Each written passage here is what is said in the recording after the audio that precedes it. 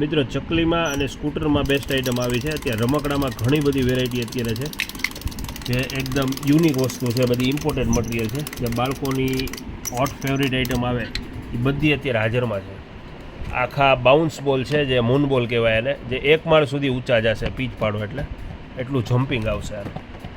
જે આવી બધી રમકડામાં અત્યારે અઢળક વેરાયટી છે. જે આ બેરિંગવાળું છે આખું સ્કૂટર, જે આની સ્પીડથી ફૂલ આવશે, ફૂલ પિકઅપ આવશે એનું.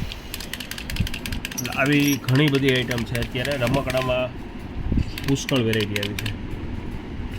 આ ટાઈપના બધા સ્પાઈડરમેન આવ્યા છે ફેનવાળા,